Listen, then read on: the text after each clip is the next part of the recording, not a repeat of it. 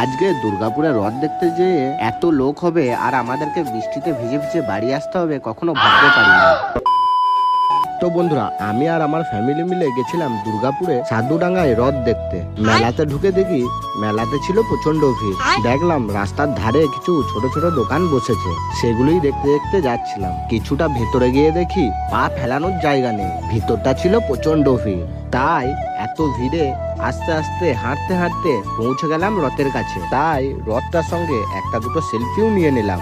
আর দেখলাম রথের সামনে ছিল প্রচন্ড ভিড়, তাই সেখান থেকে বেরিয়ে তাড়াতাড়ি চলে এলাম মেলা ঘুরতে। মেলা ঘুরতে ঘুরতে দেখলাম এখানে কাঠের ট্রাক পাওয়া যাচ্ছে, আবার তার পাশেই দেখলাম পাওয়া যাচ্ছিল মাটির ছোট ছোট পুতুল, যেগুলো নাকি অল্প নড়িয়ে দিলেই ঘাড়গুলো অনেকক্ষণ ধরে হেলায়। মেলা ঘুরতে ঘুরতে প্রচন্ড জোরে জল চলে আসে, তাই আমরা দাঁড়িয়ে যাই একটা দোকানের সামনে। দোকানের সামনেগুলোতে জায়গা না থাকায় কিছু কিছু লোক তো ভিজে ভিজেই বাড়ি চলে যায়। তো বন্ধুরা, তোমরা এবছর কোথায় কোথায় রথ দেখেছো অবশ্যই কমেন্টে জানাও।